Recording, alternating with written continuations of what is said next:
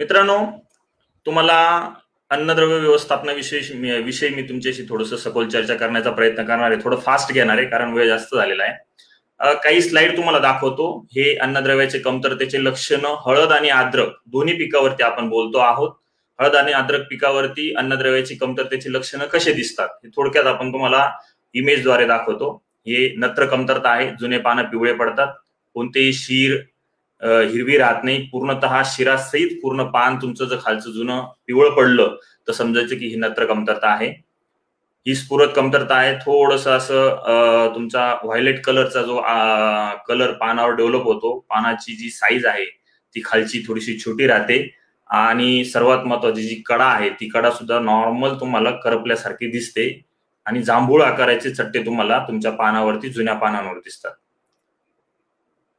ही पालाश कमतरता आहे. पालाश कमतरता बऱ्याच शेतकऱ्यांना माहिती आहे की जुने पानं करपल्यासारखे दिसतात. कडेला बऱ्याच भागामध्ये झाड जमिनी ज्या असतात, अति जिथं पाऊस पडतो तिथं पालाचं आपटेक किंवा झाड त्याला उचलू शकत नाही, त्याच्यामुळे त्याचा आपटेक थांबतं बऱ्यापैकी आणि त्यामुळे जुन्या पानांवरती पालाची कमतरता जास्त करून पावसाळ्यामध्ये दिसून येते. त्याच्यानंतर सर्वात महत्वाचा जो सेकंडरी न्यूट्रिएंट, जो दुय्यम अन्नद्रव्य म्हणून काम करतो, तो म्हणजे कॅल्शियम. तर ह्या कॅल्शियमची कमतरता सुद्धा हळद आणि अद्रक पिकावर मोठ्या प्रमाणात दिसते. वरचे जे शेंड्याचे पानं असतात हळद आणि अद्रक पिकामध्ये किंवा इतर कोणत्याही पिकामध्ये कॅल्शियमची कमतरता ही शेंड्याच्या पानांवर किंवा जो नवीन कोंब निघत असतो त्याच्यावर दिसत असते. आणि तो कोंब जर तुमचा असा पाईप आकाराचा निघाला किंवा वेडावाकडा जर निघाला तर समजायचं की इथं कॅल्शियमची कमतरता आहे. जास्त करून पावसाळ्यामध्ये अति पाऊस जिथं पडतो त्या भागामध्ये जमिनीमधनं मुळी थोडीशी पावसामुळे डॅमेज झाल्यामुळे त्या कॅल्शियमचा आपटेक होत नाही, म्हणून फवारणीद्वारे आपल्याला ह्या कॅल्शियमयुक्त खतांचा वापर करणं गरजेचं असतं. मी तुम्हाला ते पुढे सांगेनच. मॅग्नेशियम कमतरता सर्वांना माहिती आहे की झाडाला जो हिरवा कलर येतो, हा हिरवा कलर डेव्हलप होण्यामध्ये सर्वात महत्वाचा दुय्यम अन्नद्रव्य काम करतो, तो म्हणजे मॅग्नेशियम. हिरवा कलर डेव्हलप झाला तर ऑटोमॅटिकली झाडामध्ये अन्न तयार होण्याची क्रिया होते. अन्न तयार करण्याची क्रिया झाली ती झाड सशक्त राहतं आणि सशक्त झाडावरती रोगाचा आणि किडीचा अटॅक हा कमी येतो आणि उत्पादनामध्ये आपल्याला चांगल्या पद्धतीने वाढ मिळते. म्हणून मॅग्नेशियमचा वापर सुद्धा आपण टप्प्याटप्प्याने फवारणीद्वारे करणं गरजेचं असतं. ते का करायचंय, कसं करायचंय ते मी तुम्हाला पुढे सांगेल. ही सल्फर कमतरता आहे. सेम नत्रासारखीच कमतरता दिसते. पूर्णतः पान जे असतं ते पिवळं दिसतं. फक्त नत्राची कमतरता ही जुन्या पानांवर दिसते आणि सल्फरची कमतरता ही नव्या पानांवर दिसत असते. एवढाच फरक आहे. शेंड्याचे वरून 2, 3, 4, 5 पानांपर्यंत तुमचे पान जर समजा पिवळे झाले तर समजायचं की ही तुमची सल्फरची कमतरता आहे, गंधकाची कमतरता आहे. त्याच्यानंतर मित्रांनो, जसं विस्फुते सरांनी तुम्हाला सांगितलं की हळद अद्रक हे पीक सर्वात सेन्सिटिव्ह आहे ते म्हणजे सूक्ष्म अन्नद्रव्यांना. त्याच्यामधलं सर्वात महत्वाचं अन्नद्रव्य येतो तो म्हणजे फेरस आणि दुसरा अन्नद्रव्य येतो तो म्हणजे झिंक. फेरस आणि झिंक हे जे दोन सूक्ष्म अन्नद्रव्य आहेत, हे सूक्ष्म अन्नद्रव्य जवळजवळ 25 ते 30 पट्टीने किंवा टक्क्याने इतर पिकापेक्षा हळदीला हे जास्त प्रमाणामध्ये लागत असतात. जर हे अन्नद्रव्य इनिशियल स्टेजमध्ये जर कमतरतेचे लक्षणं दाखवायला लागले झाड, तर त्यावेळेस आपण त्याला कव्हर करणं शक्य होत नाही. म्हणून त्याला प्रतिबंधक म्हणून नियोजन कसं करायचं त्याविषयी आपण सखोल चर्चा करणार आहोत. पण हळद आणि अद्रक हे पीक फेरस आणि झिंक लव्हिंग असल्यामुळे, त्याला जास्त गरज असल्यामुळे त्याचा वापर आपल्याला जमिनीमधनं आणि फवारणीद्वारे टप्प्याटप्प्याने करणं गरजेचं आहे. त्याचा खूप मोठा इफेक्ट किंवा परिणाम हा तुमच्या झाडावरती अन्न निर्मितीमध्ये, रोग आणि किडीच्या व्यवस्थापनामध्ये खूप मोठ्या प्रमाणामध्ये होत असतो. ते पण आपण कसं ऍप्लिकेशन करायचं ते पुढे बघूया, कोणत्या स्वरूपात करायचं ते पण पुढे बघूया. ही झिंक कमतरता आहे. तुम्हाला बोललो मी जसं फेरसची कमतरता नव्या पानांवर जसं पूर्णतः पान तुमचं पिवळं पडतं, शिरा थोड्या हिरव्या असतात, त्या सेम सिम्पटम्स मध्ये तुमची झिंकची कमतरता दिसते. झिंक मध्ये पानाची जी रुंदी असते ती छोटी होते, अरुंद पान तयार होतं, असं लांबट पान तयार होतं, त्याला पूर्ण असा सरफेस एरिया कमी भेटतो आणि त्याच्यामुळे बरेचसं अन्न तयार होण्याची जी क्रिया असते ती सुद्धा मंदावते. ही तुमची झिंकची कमतरता आहे हळद आणि अद्रक पिकामध्ये. ही मॅग्नीजची कमतरता आहे. मॅग्नीज सुद्धा नव्या पानांवरच कमतरतेचे लक्षणं दाखवतं. शिरा तुमच्या हिरव्या असतात आणि बाकीचा भाग थोडासा व्हाईटिश किंवा तुम्हाला क्रीमी कलरचा तुम्हाला पान दिसत असतं. ही आहे मॅग्नीज कमतरता. थोडं ओळखणं अवघड जातं. फेरस आणि मॅग्नीज कमतरता थोडीशी बऱ्यापैकी सेम दिसते. हे सुरुवातीच्या कालावधीमध्ये फेरस आणि झिंकच्या कमतरतेमुळे थोडंसं इनिशियल स्टेजला जो येलोईंगपणा येतो प्लॉटला, त्या येलोईंगपणा का येतो हे तुम्हाला मी सांगितलं की फेरस, झिंक, सल्फर या अन्नद्रव्याची कमतरता जर सुरुवातीला जाणवली तर ती आपल्याला कव्हर करणं थोडंसं अवघड जातं आणि पूर्णतः जवळजवळ 6-7 महिन्यापर्यंत आपल्याला ही कमतरता दिसते आणि अशा पानांवरती तुम्हाला मोठ्या प्रमाणामध्ये करप्याचं प्रमाण दिसून येतं.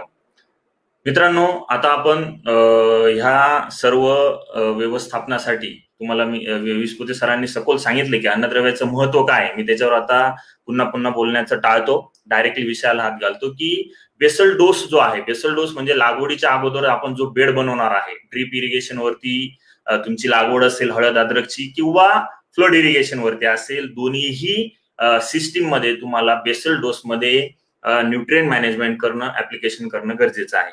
एक थोडंसं टेक्निकल सांगायचं जर झालं तर हळद ह्या पिकाला 200 किलो नत्र, 100 किलो स्फुरद आणि 100 किलो पालाश प्रति हेक्टरीचं रिकमेंडेशन 20 ते 15 वर्षापूर्वीचं होतं. त्यावेळेचं जर उत्पन्नाचा विचार जर आपण केला तर त्यावेळेस 250 ते 300 क्विंटल प्रति हेक्टरी उत्पन्न होतं मित्रांनो. पण आता तसं राहिलेलं नाहीये. हायब्रिड व्हरायटीज मार्केटमध्ये आलेल्या आहेत, जमिनीची सुपीकता खालावलेली आहे आणि त्याच्यामुळे आपल्याला ते जे एनपीकेचे जे डोसेस आहेत, नत्र स्फुरद पालाचे जे डोसेस आहे, ते टार्गेटेड यील्डचा जर विचार केला, थोडंसं मी काय बोलतो लक्षात घ्या, टार्गेटेड यील्ड म्हणजे आपल्या उत्पन्नाचा जर विचार केला तर आपलं आता सध्याचं उत्पन्न हे जेव्हा हेक्टरी जे होतं, गेले 15 ते 20 वर्षापूर्वी हेक्टरी उत्पन्न जे रिकमेंड केलेलं होतं ते 250 ते 300 क्विंटल प्रति हेक्टर होतं. तर आपण सध्या आता जवळजवळ 250 ते 300 क्विंटल उत्पन्न हे प्रति एकर घ्यायला लागलेले. म्हणजे हेक्टरी जे उत्पन्न होतं गेले 15-20 वर्षापूर्वी ते आता सध्या शेतकरी एकर मध्ये घ्यायला लागलेले. एवढे हायब्रिड व्हरायटीज, एवढे नवीन तंत्रज्ञान मार्केटमध्ये आलेलं आहे आणि त्याच कारणामुळे आपला जो डोस आहे 200-100 प्रति हेक्टरचा जो डोस आहे तो डोस आपल्याला प्रति एकर स्प्लिट ऍप्लिकेशन मध्ये करणं गरजेचं आहे. प्रत्येकाने हा मुद्दा समजून घ्या की जो डोस आहे 200-100 हा डोस आपल्याला स्प्लिट ऍप्लिकेशन मध्ये म्हणजे टप्प्याटप्प्याने प्रति हेक्टरीच्या ऐवजी प्रति एकरी करणं गरजेचं आहे आणि तो मग आपल्याला थोडंसं एकात्मिक पद्धतीने करायचं आहे. म्हणजे सेंद्रिय खतांचा वापर, जैविक खतांचा वापर आणि रासायनिक खतांचा वापर या तिन्हींची एक सांगड घालून तुम्हाला ह्या एनपीकेला बॅलन्स करायचंय. कारण आपल्याला उत्पादन हे 250 ते 300 क्विंटल प्रति एकरी घ्यायचं आहे. सुरुवातीला आता हे झालं हळदीचं उत्पादन. तुम्ही जर अद्रक मध्ये जर विचार केला तर अद्रकचं उत्पादन सुरुवातीला 15 ते 20 टनापर्यंत होतं प्रति हेक्टरी. आता शेतकरी प्रति एकर वरती एवढं उत्पन्न घ्यायला लागलेलं आहे. जवळजवळ सध्याचं जो उत्पन्न तुम्ही जर बघितलं आल्याचं तर जर तुम्ही लागवड करण्यासाठी काढणी करत असाल आल्याची तर त्यावेळेस तुमचं 20 टनापर्यंत उत्पन्न प्रति एकर आपण काढत असतो आणि समजा खोडवा तुम्ही जर काढला आल्याचा तर तो तुमचा 25 ते 30 टनापर्यंत निघून गेलेला असतो. म्हणजे जवळजवळ 25 ते 30% तुमचं जे उत्पन्न जे 15 ते 20 वर्ष आधीचं जे होतं ते आता सध्या वाढलेलं आहे. सांगण्याचा उद्देश एवढा आहे की व्हरायटी चेंज झाल्या, हायब्रिड व्हरायटी झाल्या, उत्पादन वाढलं आणि उत्पादन वाढण्यासाठी आपल्याला अन्नद्रव्य व्यवस्थापन बॅलन्स फॉर्म मध्ये करणं गरजेचं आहे. आता हा डोस मी जो तुम्हाला सांगितला हा डोस कन्सिडर करून आपण जवळजवळ 60 ते 70% सॉइल ऍप्लिकेशन मध्ये रिकमेंडेशन करणार आहे. ऍज अ सॉइल सायंटिस्ट म्हणून तुम्हाला एक गोष्ट सांगावीशी वाटते की हळद अद्रक जे पीक आहे याची लागवड तुम्ही साधारणतः 15 मेच्या आसपास करतात. 15 जून पर्यंत ते तुमचं बऱ्यापैकी उगायला सुरुवात होऊन जाते. जेव्हा पावसाळा चालू होतो त्यावेळेस तुमच्या हळद आणि अद्रक पिकामध्ये आपण अन्नद्रव्य व्यवस्थापन करणं गरजेचं असतं. आता पावसाळा चालू होत असताना बऱ्याच वेळी बरेचसे शेतकरी ड्रीप इरिगेशन सिस्टीम मधनं अन्नद्रव्य व्यवस्थापनावर भर देतात. मित्रांनो, पाऊस जास्त पडत असलेल्या भागामध्ये किंवा हे पीक पावसामध्ये जास्त करून 3-4 महिने राहत असल्यामुळे आपल्याला दाणेदार खतांचा वापर म्हणजे ग्रॅन्युलर फर्टिलायझर जे असतात या खतांचा वापर डोसेस मध्ये टप्प्याटप्प्याने करणं गरजेचं आहे. आपण ड्रीप इरिगेशन मध्ये खूप कमी प्रमाणामध्ये जरी लिक्विड फर्टिलायझरचा वापर केला तरी ह्या हळद अद्रक पिकाला चालणार आहे. कारण ड्रीप इरिगेशन मधनं आपण जे पण खत देणार आहे ते अति पावसामुळे वरच्या लेअर मधनं खालच्या लेअर मध्ये लीच आउट होणार आहे, वाया जास्त जाणार आहे, त्याची कार्य करण्याची क्षमता चांगली राहणार नाही. म्हणून आपल्याला ड्रीप इरिगेशन सिस्टीम वरती फक्त 30% काम करायचंय. जवळजवळ 60, 65, 70% आपल्याला दाणेदार खतांचा वापर स्प्लिट ऍप्लिकेशन मध्ये वेगवेगळ्या भरणीच्या वेळेस करणं गरजेचं आहे, कारण आपलं पीक हे ऐन पावसाळ्यामध्ये लागवड केलेली असते. पावसाळ्यामध्ये जर तुम्ही दाणेदार खतांचा वापर जर केला तर दाणेदार खतांची कार्यक्षमता वाढवण्यासाठी त्यांचं ऍप्लिकेशन हे टप्प्याटप्प्याने आपल्याला करायचे.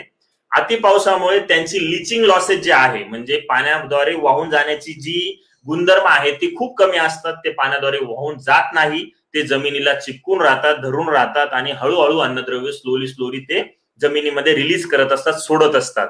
म्हणून ते अन्नद्रव्य एकाच वेळेस दिलेले अन्नद्रव्य हे वाया जात नाही. अति पावसामुळे ते लिचिंग लॉसेस त्याचं होत नाही आणि त्याच्यामुळे आपल्याला या ग्रॅन्युलर फर्टिलायझरचा वापर, दाणेदार खतांचा वापर हा टप्प्याटप्प्याने करायचा आहे. याच्यामध्ये अजून एक मुद्दा असा आहे की बरेच लोक दाणेदार खतं जे आहेत 10-26-26 असेल, 18-46 असेल, 12-32-16 असेल, याला आगल्या दिवशी भिजून ठेवतात, त्याचं पाणी बनवतात आणि मग ते पाणी ड्रिपने सोडण्याचा प्रयत्न करतात.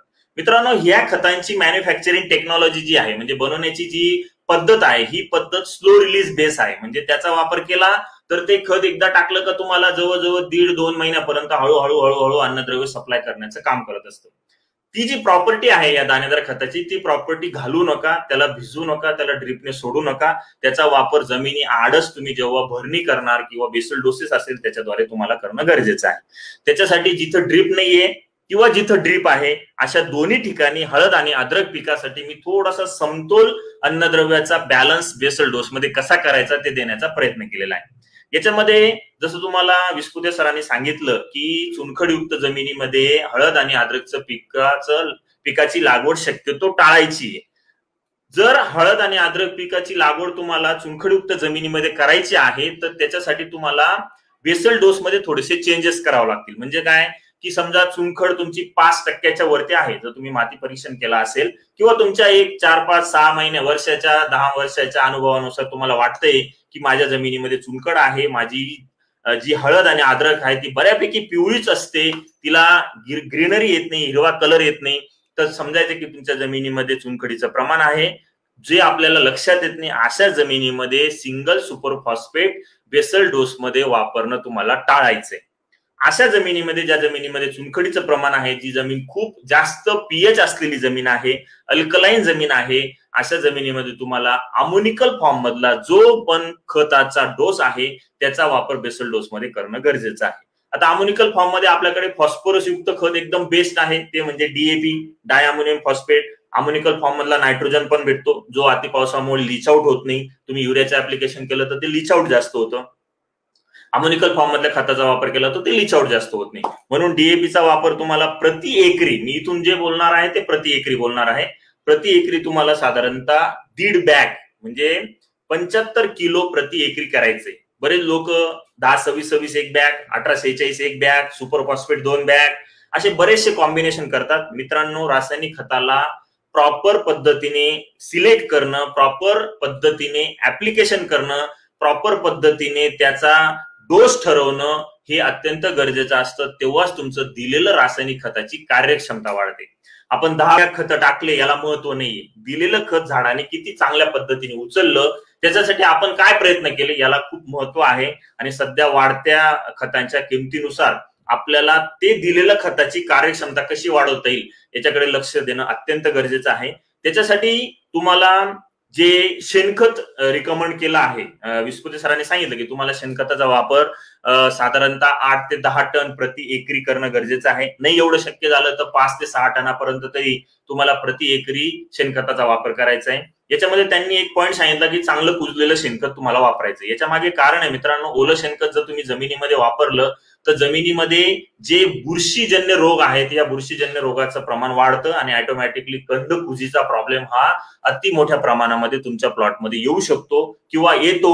म्हणून ओल्या शेणखताचा वापर शक्यतो जमिनीमध्ये करू नका. चांगलं कुजलेलं शेणखतच जमिनीमध्ये वापरा.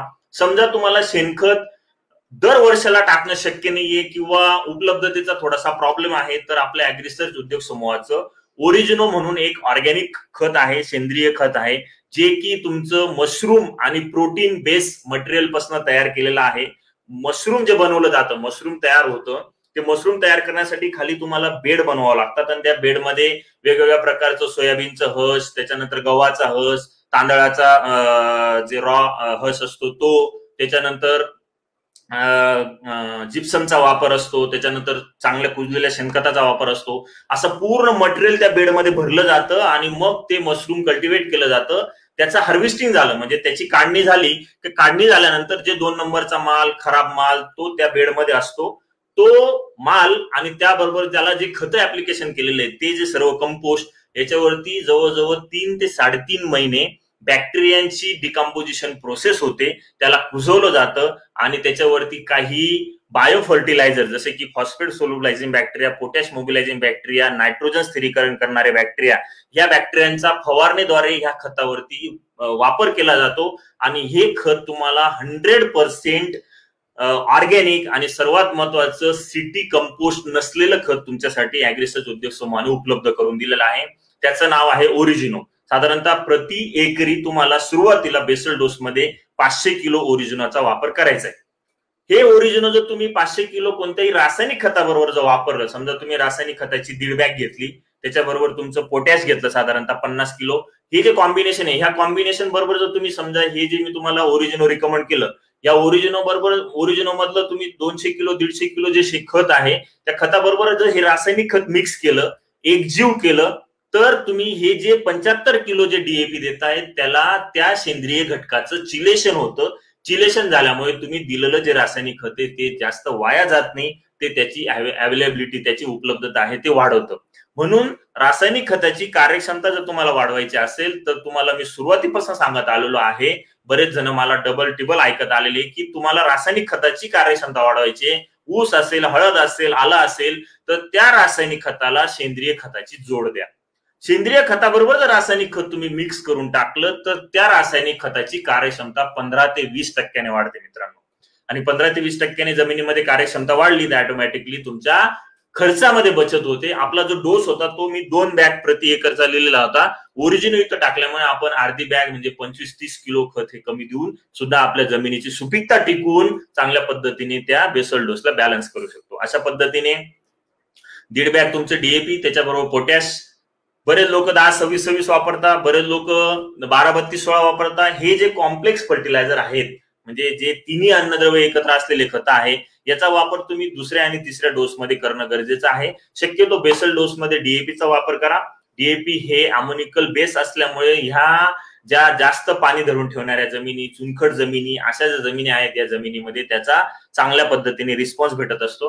आता विषय येतो सूक्ष्म अन्नद्रव्याचा. तुम्हाला मी चित्र एक टाकलेले, मोलार म्हणून एक प्रॉडक्ट आहे ऍग्रिसर्चचं जे की मायक्रोन्यूट्रिएंट आहे, त्याच्यामध्ये ferrous, manganese, zinc, copper, boron अशा 5 ते 6 अन्नद्रव्याचा बॅलन्स पद्धतीने ऍप्लिकेशन करणं गरजेचं आहे. आता याचा जो डोस आहे हा डोस तुम्हाला साधारणतः 20 किलो प्रति एकरी टाकायचा आहे. मित्रांनो तुम्हाला बोललो हळदीला मायक्रोन्यूट्रिएंटचं ऍप्लिकेशन हे कमतरता आल्यानंतर करण्यापेक्षा कमतरता येऊ नये म्हणून केलं तरच तुम्हाला फायदा होईल. कमतरता आली आणि तुम्ही कितीही फवारे घेतले, कितीही मायक्रोन्यूट्रिएंटचं ऍप्लिकेशन केलं तर त्या झाडामध्ये ती कमतरता भरून काढण्याची जी शक्ती आहे ती खूप कमी होऊन जाते. ती येऊ नये म्हणूनच तुम्ही प्रयत्न करावा अशी मनापासून माझी इच्छा आहे.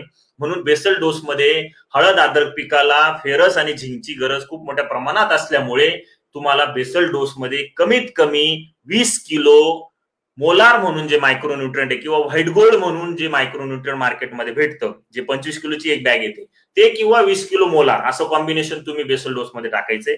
मोलार जेव्हा पण तुम्ही टाकणार आहे ते मोलार तुम्हाला ओरिजिनो जे सेंद्रिय खत मी तुम्हाला रिकमेंड केलं त्याच्याबरोबर चांगलं एकजीव करायचे, तरच ते डीएपी मध्ये मिक्स करायचे. डायरेक्ट डीएपी मध्ये टाकायचं नाही. शक्यतो आपण रिकमेंड करत नाही मोलार डीएपी बरोबर, पण हळद आणि अद्रक पिकाला बेसल डोस मध्ये मायक्रोन्यूट्रिएंट जाणं गरजेचं आहे. जवळजवळ सुरुवातीच्या 3 महिन्यामध्ये मायक्रोन्यूट्रिएंटचा बॅलन्स पद्धतीने, सूक्ष्म अन्नद्रव्याचा बॅलन्स पद्धतीने वापर जर तुम्ही केला तर खूप चांगल्या पद्धतीने तुमच्या हळद आणि अद्रक पिकाला ग्रीनरी टिकून राहते. ग्रीनरी जर टिकून राहिली तर ऑटोमॅटिकली पुढचे जे फायदे ते तुम्हाला होत असतात. म्हणून बेसल डोस मध्ये 20 किलो मोलार, त्याच्यानंतर दाणेदार कीटकनाशक हे तुम्हाला 2 टप्प्यात द्यायचंय. पहिलं म्हणजे बेसल डोस लागवडीच्या वेळेस, म्हणजे सुरुवातीला लागणारी हुमणी असेल, त्याच्यानंतर जमिनीतील आळे असेल, ह्या सर्व गोष्टींवरती तुम्हाला हे दाणेदार कीटकनाशक काम करत असतं.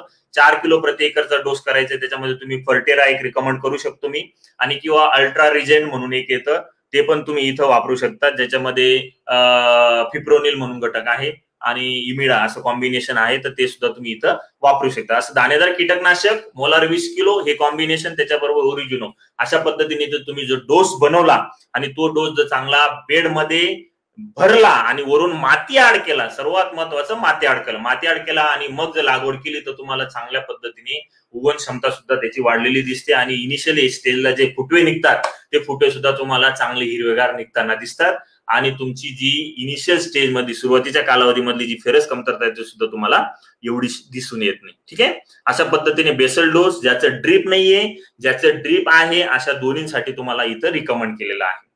मित्रांनो, पुढची जी स्लाइड आहे ती साधारणतः लागवडीनंतर 55 ते 60 दिवसांनी तुम्हाला पहिली भर लावायची. भरीविषयी विस्पुते सरांनी तुम्हाला चांगल्या पद्धतीने रिकमेंडेशन चर्चेमध्ये तुम्हाला विषय मांडलेला आहे की भर का महत्वाची. जर कंद हुगडा असला तर कंद माशी त्याच्यावर डंक करते आणि त्याच्यावरती मग बुरशीजन्य रोगाचा अटॅक वाढतो. हे तुम्हाला चांगल्या पद्धतीने माहिती, आमच्यापेक्षा तुम्ही त्याच्यामध्ये जास्त हुशार आहात. पण सांगण्याचं तात्पर्य असं की भर लावली तर नुसतं कंद माशी कंट्रोल होत नाही किंवा कंद पूच कंट्रोल होत नाही, तर सर्वात महत्वाचं भर लावल्यामुळे तुमच्या फुटव्यांची संख्या वाढते, झाडाच्या खाली कंदाला बळकटी निर्माण होते आणि ऑटोमॅटिकली तुमच्या उत्पन्नामध्ये सुद्धा त्याचा खूप मोठ्या प्रमाणामध्ये फायदा होतो. म्हणून आपल्याला लागवड झाल्यानंतर साधारणतः 55 ते 60 दिवसाला पहिली छोटी भर लावायची. त्या भरीच्या वेळेस तुम्हाला डोस हा रिकमेंड केलेला आहे तो भरायचा आहे. आता इथं सर्वात महत्वाचं ऍप्लिकेशन जे आहे, ड्रीप असेल तर आणि ड्रीप नसेल तर. ज्या शेतकऱ्याचे ड्रीप आहे अशा शेतकऱ्यांनी ह्या भरीमध्ये कोणतंही मायक्रोन्यूट्रिएंट टाकायचं नाहीये. कारण तुम्हाला जे लिंक आलेली आहे किंवा जे तुमचं फेसबुकला जी लिंक आलेली आहे त्याच्यामध्ये खाली शेड्यूलची सुद्धा लिंक, तुम्ही त्याच्यावर जर क्लिक केलं तर तुम्हाला बऱ्यापैकी शेड्यूल भेटून जाईल. समजा नाही भेटलं तर तुम्ही कमेंट बॉक्समध्ये तुमचं फक्त मोबाईल नंबर द्या, व्हॉट्सअपचा नंबर द्या, तुम्हाला तुमच्या व्हॉट्सअपच्या नंबरवरती शेड्यूल भेटून जाईल. त्या शेड्यूलमध्ये मी प्रॉपर फर्टिलायझर ऍप्लिकेशन, जे की बेसल डोस मध्ये मायक्रोन्यूट्रिएंट दिल्यानंतर दुसरं मायक्रोन्यूट्रिएंट ड्रीप मधनं कधी जायला पाहिजे याचं ऍप्लिकेशन प्रॉपर जिथं ड्रीप आहे त्याच्यासाठी केलेलं आहे. म्हणजे इथं मी साधारणतः 55 ते 60व्या दिवशी मायक्रोन्यूट्रिएंटचं दुसरं ऍप्लिकेशन रिकमेंड केलेलं आहे. जिथं ड्रीप नाही तिथं तुम्हाला मी मॅग्नेशियम सल्फेट 10 किलो, त्याच्यानंतर मिंगल म्हणून जे आपलं मायक्रोन्यूट्रिएंट जे की खूप प्रचलित आहे, सर्व शेतकऱ्यांना माहिती आहे, असं मिंगल मायक्रोन्यूट्रिएंट फक्त 2 किलो तुम्हाला वापरायचे. ते 2 किलो, त्याच्याबरोबर थायोग्रीन जे सल्फर आहे ते सल्फर साधारणतः 6 किलो आणि त्याच्याबरोबर लोहा ड्रीप.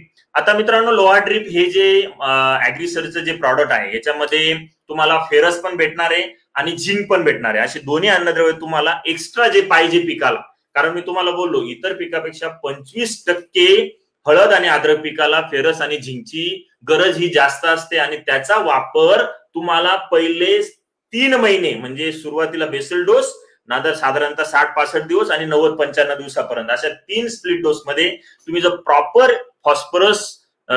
फेरस मॅग्नीज झिंकचा वापर जर केला तर खूप चांगल्या पद्धतीने तुमच्या झाडाची ग्रीनरी टिकून राहते. सूक्ष्म अन्नद्रव्याची कमतरता प्रतिबंधक म्हणून आपण कंट्रोलमध्ये करतो आणि त्याच्यामुळे लोहा ड्रीप हे जे इड्डा जे फेरस आहे, म्हणजे जमिनीमध्ये देण्यात येणारं फेरस, हे जे फेरस आहे याचा वापर तुम्हाला 750 ग्राम, म्हणजे जमीन जर तुमची खूप हलकी असेल, चुनकड असेल तर 750 ग्राम ऊर्जा, जर जमीन मध्यम आणि भारी असेल तर तुम्ही 500 ग्राम प्रति एकर जर केलं तरी चालेल. मिंगल 2 किलो, लोहा ड्रीप साधारणतः 500 ते 750 ग्राम आणि हे सर्व जे आहे मिंगल, थायोग्रीन, लोहा ड्रीप हे सर्व तुम्हाला निंबोळी पेंट बरोबर द्यायचे. आता बेसल डोस मध्ये मी तुम्हाला निंबोळी पेंट रिकमेंड केलेलं नाही, कारण का निंबोळी पेंटचं काम आहे तुमच्या जमिनीमधल्या हुमणीला कंट्रोल करणं आणि हुमणी सुरुवातीच्या स्टेजला पहिल्या 1 महिन्यामध्ये नसते. म्हणून 1.5-2 महिन्याचा प्लॉट तुमचा झाला का त्यावेळेस तुमच्या जमिनीमध्ये जर निंबोळी पेंट गेलं तर त्यावेळेस जमिनीमधली हुमणी कंट्रोल करण्यासाठी ते मदत करत असतं. आपण बेसल डोसला दाणेदार खत दिलेलंच आहे, दाणेदार कीटकनाशक दिलेलं आहे, म्हणून दुसऱ्या डोस मध्ये तुम्हाला निंबोळी पेंटचा वापर करायचा. हे निंबोळी पेंट सेंद्रिय खत जे आहे, या खतामध्ये तुम्हाला मिंगल प्रॉपरली आधी मिक्स करून घ्यायचे, एकजीव करून घ्यायचं आहे. कारण जर मिंगल तुम्ही डायरेक्ट 12 मध्ये टाकलं तर जमिनीमध्ये त्याचं स्थिरीकरण होण्याचे चान्सेस असतात. म्हणून निंबोळी पेंट मध्ये चांगलं एकजीव करून घ्यायचे आणि नंतर मग हे मिंगल निंबोळी पेंट मिक्स केलेलं खत तुम्ही 12 बरोबर 12-32-16 जे खत रिकमेंड केले तुम्हाला, एकरी 2 बॅग, ड्रीप नसेल तिथं अशा ठिकाणी तुम्हाला टाकायचे. आता ड्रीप जिथं आहे अशा ठिकाणी तुम्हाला मिंगल पण द्यायचं नाहीये खतामध्ये मिक्स करून, थायोग्रीन पण द्यायचं नाहीये आणि लोहा ड्रिप पण द्यायचं नाही. ते तुम्हाला ड्रिप मधनं सिस्टीम जे आहे त्या सिस्टीम मधनं सोडायचंय. मग अशा वेळेस तुम्हाला एनपीकेचं ऍप्लिकेशन करायचं. मग तुम्ही म्हणाल मी ड्रिप येतं, मग ड्रिप मधनं एनपीके देणार. मित्रांनो, पावसाळी वातावरण असतं, तुमच्याकडे सदा पाऊस असतो आणि हे पीक पावसामध्ये येत असल्यामुळे तुम्हाला जमिनीमधनं जेवढं लिक्विड खतांचा वापर कमी करून आणि दाणेदार खतांवर काम करता येईल तेवढं तुमच्यासाठी फायदेशीर राहील. म्हणून थोडंसं हे ऐका आणि 60-65 दिवसाला 55 ते 60 दिवसाला भरणीच्या वेळेस, पहिल्या भरणीच्या वेळेस साधारणतः 12-32-16 किंवा 10-26-26 दोन्ही खत एकत्र करण्याचा प्रयोग करू नका. एक बॅग 18-46, एक बॅग 10-26 असं कॉम्बिनेशन कृपा करून करू नका. सुरुवातीला बेसल डोसला 18-46 वापरला असेल तर दुसऱ्या डोसला 12-32-16 वापरा. समजा काही शेतकऱ्याला 12-32-16 बेसल डोसला वापरायचं असेल तर त्याच्या पुढच्या डोसला 10-26-26 वापरा. खताचा प्रकार बदलून घ्या. खताचा प्रकार जर बदलला तर जमिनीमध्ये त्याची टॉक्झिसिटी निर्माण होत नाही, त्याची फिक्सेशनचं प्रमाण बऱ्यापैकी कमी होऊन जातं आणि त्याच्यामुळे दिलेल्या अन्नद्रव्याची कार्यक्षमता वाढवण्यामध्ये मदत होत असते. म्हणून 12-32-16 साधारणतः 1.5 बॅग, जिथं ड्रीप नाही तिथं त्याच्याबरोबर युरिया किंवा अमोनियम सल्फेट 1 बॅग आणि निंबोळी पेंट 100 ग्रॅम, 100 किलो अशा पद्धतीने तुमचा दुसरा डोस झाला पाहिजे. आता तिसरा डोस जो आहे, 3 डोस आपण रिकमेंड केलेले आहे हळद आणि अद्रक पिकाला. मित्रांनो, तुमच्या 100 दिवसापर्यंत 3 डोस तुमचे जाणं गरजेचं आहे. सुरुवातीचे जे फुटवे आहेत त्या फुटव्यांसाठी तुम्हाला 100 शाकीय वाढ तुमची 100 दिवसापर्यंत होते, जसं तुम्हाला विस्पुते सरांनी सांगितलं. लागवडीपासून ते 100 दिवसापर्यंत पूर्णतः शाकीय वाढ होते आणि ज्या वेळेस शाकीय वाढ चालू असते झाडाची त्यावेळेस झाडाला सर्वात जास्त सूक्ष्म अन्नद्रव्यांची गरज, नायट्रोजनची गरज आणि स्फुरदची गरज लागत असते. म्हणून सूक्ष्म अन्नद्रव्याचा वापर आपल्याला तिन्ही डोसांमध्ये स्प्लिट ऍप्लिकेशनने करायचा आहे, म्हणजे टप्प्याटप्प्याने करायचे. बरेच लोक बेसल डोस मध्ये 53 किलो 38 किलोचे कॉम्बी डोस वापरतात, तर ते वापरण्यापेक्षा तुम्ही स्प्लिट डोस मध्ये करा. स्प्लिट डोस मध्ये टप्प्याटप्प्याने करा. त्याचा अजून दुसरा असा फायदा होतो की तुम्हाला बोललो मी की जुलै, ऑगस्ट, सप्टेंबर, ऑक्टोबर पर्यंत तुम्हाला पावसाला ते झाड फेस करतं आणि त्यावेळेस तुम्ही जर टप्प्याटप्प्याने खतांचे ऍप्लिकेशन करत गेले तर त्या दिलेल्या खताची कार्यक्षमता वाढते. मी सुरुवातीपासून तुम्हाला तेच सांगत आलो आणि ते खूप महत्वाचा मुद्दा आहे, म्हणून त्याच्यावरती जास्त भर देतोय की तुम्ही याचा वापर टप्प्याटप्प्याने करा. एकाच वेळेस बेसल डोसला जर तुम्ही 5 बॅग 4 बॅग सुपर फॉस्फेट किंवा डीएपीच्या 2-3 बॅग टाकल्या तर ते वाया जाण्याचे चान्सेस जास्त असतात. म्हणून त्याला आपण स्प्लिट डोस मध्ये वेगवेगळ्या खतामध्ये निर्माण केलेले. तर साधारणतः लागवडीनंतर 90 दिवसापासून ते 100 दिवसापर्यंत तुम्हाला दुसरी भरणी करायची आहे. दुसरी भरणी करत असताना तुम्हाला तिसरा डोस द्यायचा, एक बेसल डोस 60 दिवसाला आणि 90 दिवसाला.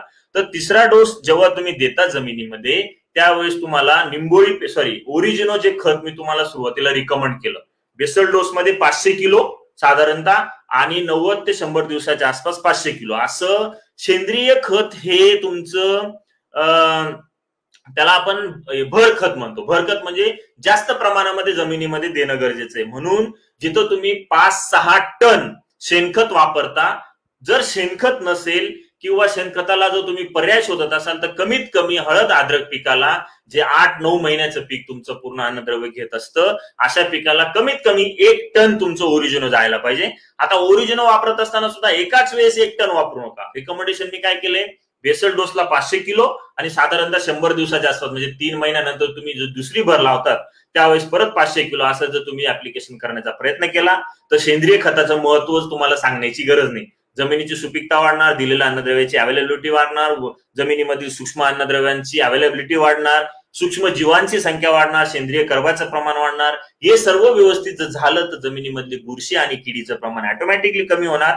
त्याचा फायदा तुम्हाला 100% होऊन जाणार. म्हणून ओरिजिनोचं तुम्हाला 500 किलोचं ऍप्लिकेशन, साधारणतः 500 किलो म्हणजे 40 किलोची एक बॅग येते, साधारणतः 12 बॅगच्या आसपास 10 ते 12 बॅग प्रति एकर ऍप्लिकेशन करणं गरजेचं आहे. पूर्ण सीझन मध्ये तुम्हाला 1 टनापर्यंत ओरिजिनो वापरायचे, जे की 100% सिटी कंपोस्ट फ्री आहे. सिटी कंपोस्ट जे मार्केटमध्ये तुम्हाला भेटतं, जे सिटी कंपोस्ट पासून बनवलेलं सेंद्रिय खत असतं, त्याच्यामध्ये हेवी मेटल्स असतात, काडी कचरा असतो, प्लास्टिक असतं, काचा असतात, बरंचसं मटेरियल घाण असतं आणि ते जमिनीत टाकलं म्हणजे आपल्या जमिनीची सुपीकता खालावणं सर्वात महत्वाचं. म्हणून ओरिजिनो हे मशरूम बेस आणि प्रोटीन बेस असल्यामुळे 100% कुजून तयार केलेलं खत आहे, डिकम्पोजिंग कल्चर तयार करून खत केलेलं खत आहे. म्हणून त्याचा वापर तुम्ही दुसऱ्या डोस मध्ये सॉरी तिसऱ्या डोसमध्ये 500 किलो, त्याच्याबरोबर आपण परत खत चेंज केलं बघा. म्हणजे पहिले डीएपी, दुसरं 12-32-16, परत आता 10-26-26 वर आलो. 10-26 साधारणतः 1.5 बॅगच्या आसपास. जर जिथं ड्रिप नसेल तिथं 2 बॅग पर्यंत तुम्ही जाऊ शकता. पोटॅशचं ऍप्लिकेशन तुम्हाला टप्प्याटप्प्याने करायचंय. पहिल्या डोसमध्ये मी 50 किलो केलंय, दुसऱ्या डोसमध्ये 25 किलो, तिसऱ्या डोसमध्ये 25 किलो. कारण एक लक्षात घ्या मित्रांनो, पोटॅश हे जास्त जर पाऊस पडत असेल तुमचं, तर झाड स्वतःचं जे पर्णरंध्र असतात हे क्लोज करून देतात, बंद करून देतात. आणि पर्णरंध्र बंद झाले तर झाडाची बऱ्यापैकी फोटोसिंथेसिस म्हणजे प्रकाश संश्लेषण क्रिया ही मंदावते. मंदावली की ऑटोमॅटिकली झाड रोगाला बळी पडत असतं. मग अशा वेळेस तुम्हाला पावसामध्ये पोटॅशचं ऍप्लिकेशन फवारणी आणि जमिनीमधनं सुद्धा देणं गरजेचं असतं. म्हणून बऱ्याच लोकांना वाटतं की माझे कंद आता तयार झाले, त्याची फक्त फुगवण करायची मला, त्यावेळेस मी पोटॅश चालू करेल. तसं न करता तुमचे स्प्लिट ऍप्लिकेशन मध्ये पोटॅश 50 किलो, 25 किलो, 25 किलो असं 100 किलो पर्यंत पोटॅश जाणं गरजेचं आहे. अजून एक तुम्हाला इथं मुद्दा सांगू इच्छितो की समजा जमिनीमध्ये क्लोराईडचं प्रमाण जास्त आहे, क्षाराचं प्रमाण जास्त आहे, तर एमओपी म्हणजे जे म्युरेट ऑफ पोटॅश तुम्हाला मार्केटमध्ये भेटतं त्याचा वापर शक्यतो टाळा. ऊस असेल किंवा हळद असेल किंवा अद्रक असेल किंवा कोणतंही पीक असेल, तर हे जे म्युरेट ऑफ पोटॅश जे आहे त्याच्यामध्ये जवळजवळ 42-43% क्लोराईड आहे. आणि ह्या क्लोराईडमुळे तुमच्या जमिनीमध्ये दिलेलं अन्नद्रव्य झाड उचलू शकत नाही. त्याच्यामुळे वेगळी केमिस्ट्री मी ती सांगत बसलो तर वेळ आपला बराच जाईल, तर ते झाड उचलू शकत नाही. म्हणून तुम्हाला शक्यतो पोटॅशचा वापर हा एसओपी स्वरूपात जर तुम्ही करण्याचा प्रयत्न केला तर तुम्हाला अजून चांगला फायदा होईल. नंतर दाणेदार कीटकनाशक आपण बेसल डोसला 4 किलो टाकलं होतं, परत दुसऱ्या डोस मध्ये आपण टाकलं नाही. तिसऱ्या डोसला तुम्हाला म्हणजे 90-95 दिवसाला तुम्हाला दुसरं दाणेदार खत हे टाकायचंय. जर समजा तुम्ही बेसल डोसला जर तुम्ही फर्टेरा टाकला असेल तर इकडे जो तिसरा डोस आहे त्या डोस मध्ये तुम्हाला चेंज करून घ्यायचा आहे. दाणेदार खताचा वापर जर तुम्ही दाणेदार कीटकनाशकाचा वापर जर केला तर ऑटोमॅटिकली हुमणी आणि कंद माशी या दोन्ही किडींवरती तुम्हाला चांगल्या पद्धतीने कंट्रोल मिळतो. त्याच्यानंतर जिथं ड्रीप आहे तिथं तुम्हाला हे मिंगल, थायोग्रीन, डोहा ड्रीप हे जे सेकंड ऍप्लिकेशन आहे, मायक्रोन्यूट्रियंट, सल्फर ह्या ज्या डोसेसचं सेकंड ऍप्लिकेशन आहे ते तुम्हाला ड्रीप आहे तिथं करायची गरज नाही. खतांबरोबर ते तुम्हाला ड्रीप इरिगेशन मधनं सिस्टीम मधनं सोडायचे. जिथं ड्रीप नाही तिथं तुम्हाला परत मिंगल 2 किलो, थायोग्रीन 6 किलो, लोहा ड्रीप साधारणतः 500 ते 750 ग्राम हे चांगलं ओरिजिनो मध्ये मिक्स करून घ्यायचंय सर्व आणि ते मग 10-26 मध्ये एकत्र करून आणि मग तो खताचा डोस द्यायचा आहे. आणि तो खताचा डोस भर लावताना माती आड करायचा आहे मित्रांनो. जमिनीच्या वरती जर तुम्ही रासायनिक खत टाकलं तर 25% तुमचं खत वाया गेलं, याचं तुम्ही गणित पकडून घ्यायचं. म्हणून कोणतंही रासायनिक खत हे माती आड होणं गरजेचं आहे. कोणत्याही रासायनिक खताबरोबर सेंद्रिय खताची जोड होणं गरजेचं आहे, जेणेकरून दिलेल्या रासायनिक खताची कार्यक्षमता वाढेल. या गोष्टी समजून घ्या. हे जे तुम्हाला दिलं हे सर्व तुमच्या डोक्यात राहणार नाही, म्हणून तुम्ही व्हॉट्सअपला तुमचा कमेंटमध्ये नंबर टाका, जेणेकरून तुम्हाला शेड्यूल पाठवलं जाईल. तुम्हाला जी लिंक आलेली आहे ती दुसरी लिंक जी आहे त्याच्यावर क्लिक केलं तर तुम्हाला प्रॉपर शेड्यूल भेटून जाईल आणि त्या शेड्यूल प्रमाणे चालण्याचा प्रयत्न करा. त्याच्यावरती वेगवेगळ्या विभागानुसार नंबर दिलेले आहेत, त्या नंबरांवरती तुम्ही कॉल केला तरी तुम्हाला बऱ्यापैकी मार्गदर्शन मिळण्याचा प्रयत्न आपण करणार आहोत. काही प्रश्न असतील तर तुम्ही कमेंट बॉक्समध्ये टाकू शकता. अशा पद्धतीने आपण हा तिसरा डोस म्हणजे 90 ते 100 दिवसाला जो शेवटचा डोस आहे आपला तो डोस द्यायचा आहे. तिन्ही डोस तुम्हाला प्रॉपर देणं गरजेचं आहे, स्प्लिट मध्ये देणं गरजेचं आहे, दाणेदार खतांचा वापर करणं सुद्धा गरजेचं आहे. आपण नुसतं दाणेदार खताचा वापर केलेला नाहीये. एकात्मिक नियोजन करत असताना सेंद्रिय खत, जैविक खत आणि रासायनिक खत या तिन्हींची सांगड घालण्याचा प्रयत्न केलेला आहे.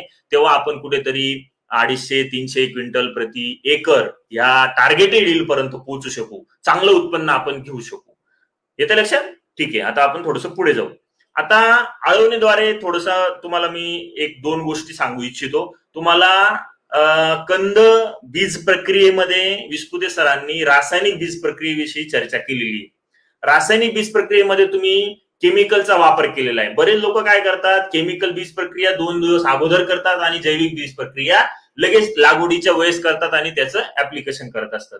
तर हे थोडंसं प्रॅक्टिकली पॉसिबल होत नाही, शेतकऱ्याला या दोन्ही गोष्टी करणं शक्य होत नाही. म्हणून आम्ही शेड्यूल मध्ये थोडासा बदल केलेला आहे. तो म्हणजे रासायनिक बीज प्रक्रिया तुम्ही बेसल डोस जेव्हा टाकतात किंवा लागवड जेव्हा करतात त्यावेळेस रासायनिक बीज प्रक्रिया करून द्यायची आहे. त्याच्यामध्ये तुम्हाला लोहा ड्रीप लिओनार सारखं जे प्रॉडक्ट आहे ते वापरायला लावलेले सरांनी. आता लागवड झाल्यानंतर 30व्या दिवशी लक्षात घ्या, कारण 30 दिवसापर्यंत 25-30 दिवसापर्यंत तुमचे फुटवे काही एवढे दिसत नाही, कुठे कुठे फुटवे दिसायला सुरुवात होते. जेव्हा फुटवे वरती सुरुवात होते असं समजायचं की रूट डेव्हलपमेंट व्यवस्थित झाली, मुळीची डेव्हलपमेंट व्यवस्थित झाली. मुळीची डेव्हलपमेंट झाल्यानंतर त्याला रोगाचा अटॅक चालू होण्याची चान्सेस पुढे चालू होतात 30 दिवसाच्या पुढे. मग त्याच्यासाठी प्रतिबंधक म्हणून तुम्हाला जैविक खतांचा वापर करणं गरजेचं आहे. तुम्हाला मी बोललो की मी नुसतं रासायनिकवर बोलणार नाही. रासायनिक, सेंद्रिय आणि जैविक याला म्हणायचे एकात्मिक खत व्यवस्थापन, एकात्मिक कीड रोग व्यवस्थापन. तर त्याच्यामध्ये साधारणतः 25 ते 30 दिवसाच्या आसपास तुम्हाला ड्रिप मधनं किंवा आळवणीद्वारे, आता आळवणी करायची गरज नाही, 1-1 फुटावर तुमची लागवड असते तर तुम्ही ड्रिप मधनं सोडलं तरी चालेल. साधारणतः प्रोबियॉन म्हणून जे अॅमिनो ऍसिड बेस्ड टॉनिक आहे, जे प्रत्येक शेतकऱ्याला बऱ्यापैकी माहिती आहे, ते साधारणतः 1 लिटर, जे की तुम्हाला फुटव्यांसाठी मदत करेल. कन्सर्ट म्हणून हे bio fertiliser Agrisearch India private limited कंपनीचं आहे, जे 5-6 महिन्यापूर्वीच लॉन्च केलेले अतिशय उत्कृष्ट प्रॉडक्ट आहे. त्याच्यामध्ये सर्व नत्र, स्फुरद, पालाश, झिंक, मोबिलायझिंग, सोल्युबलायझिंग बॅक्टेरिया आहेत आणि त्याच्याबरोबर 2 जैविक बुरशीनाशक आहेत, ते म्हणजे सुडोमोनास आणि बॅसिलस. हे 2 जैविक बुरशीनाशक सुद्धा आहेत, जे की तुम्हाला कंदकुजीसाठी प्रतिबंधक म्हणून काम करतील. असे जवळजवळ 6 ते 7 बॅक्टेरिया ह्या कन्सर्ट प्रॉडक्ट मध्ये आहेत मित्रांनो. म्हणून कृपा करून नुसतं रासायनिक बीज प्रक्रियेवर न अवलंबून राहता, रासायनिक बीज प्रक्रियेनंतर 1 महिन्याने तुम्हाला जैविक ड्रेंचिंग करायची आहे. प्रोबियॉन 1 लिटर, कन्सर्ट साधारणतः 1 लिटर, त्याच्याबरोबर तुम्हाला चांगल्या कंपनीचं ट्रायकोडर्मा घ्यायचंय 1 लिटर पर्यंत, आणि मायकोरायझा, जे की ऍग्रिसर्चचं रुठांजा नावाने येतं. मुळी चांगली डेव्हलप झाली, अति दलदल मध्ये अन्नद्रव्य पिकाला उपलब्ध करून देणं, अति खराब सिच्युएशन असेल म्हणजे जमिनीमध्ये क्षारांचं प्रमाण जास्त असेल, पीएच जास्त असेल, चुनखड जमीन असेल, किंवा पाऊस कंटिन्यू पडून पडून अन्नद्रव्याचे लिचिंग झालेलं असेल, ते अन्नद्रव्य मुळीपर्यंत पोहोचू शकत नसतील, तर अशा वेळेस मायकोरायझा खूप चांगल्या पद्धतीने अन्नद्रव्य त्या मुळीपर्यंत घेऊन जाण्याचं काम करतं. आणि समजा इनिशियल स्टेजमध्ये मुळीच्या सानिध्यामध्ये मायकोरायझाची बुरशी जर वाढली, मायकोरायझा हे जैविक बुरशी आहे ती, जी की अन्नद्रव्य उपलब्ध करून देते. पण समजा तिचं अस्तित्व मुळीच्या सानिध्यात जर डेव्हलप झालं तर ऑटोमॅटिकली जी घातक बुरशी त्या मुळीला अटॅक करत नाही, तिचा मार त्या मुळीला होत नाही. म्हणून रुटांजा तुम्हाला 100 ग्राम ड्रेंचिंग मधनं वापरायचे, ड्रिप मधनं वापरायचे, लागवडीनंतर 30व्या दिवशी 25व्या दिवसाच्या आसपास. तुम्ही थोडंसं आधी किंवा नंतर सुद्धा जाऊ शकता.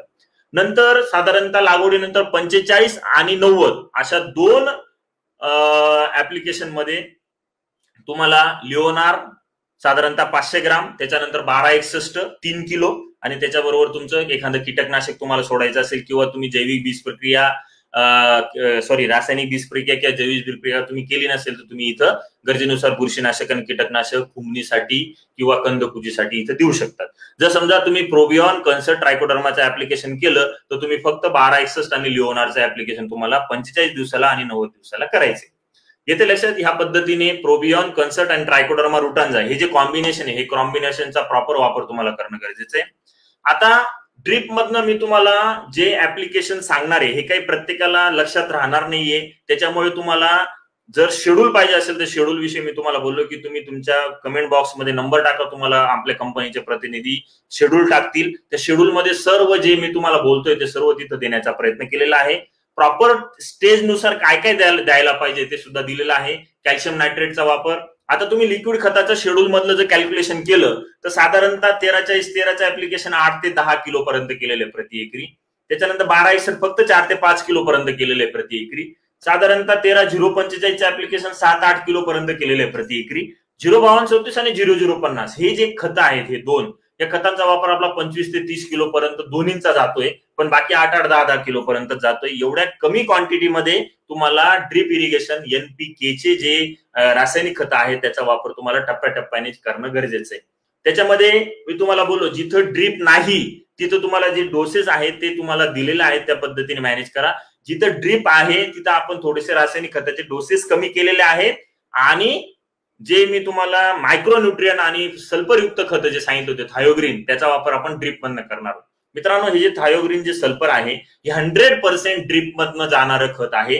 तुम्ही त्याला 3 किलो थायोग्रीन किंवा 1.5 ते 2 किलो थायोग्रीन तुम्ही ज्या चुनखडयुक्त जमिनी आहेत, ज्या जमिनीमध्ये पाणी धरून ठेवण्याची क्षमता जास्त आहे, ज्या जमिनीमध्ये अन्नद्रव्याचा आपटेक होण्याचा प्रॉब्लेम येतो, ज्या जमिनीमध्ये फेरस झिंकची कमतरता जास्त दिसते, पिवळेपणा जास्त दिसतो, अशा जमिनीमध्ये तुम्हाला एकमेव असं अन्नद्रव्य आहे की ते तुमच्या जमिनीमधलं अन्नद्रव्य पिकाला उपलब्ध करून देईल, ते म्हणजे थायोग्रीन सल्फर.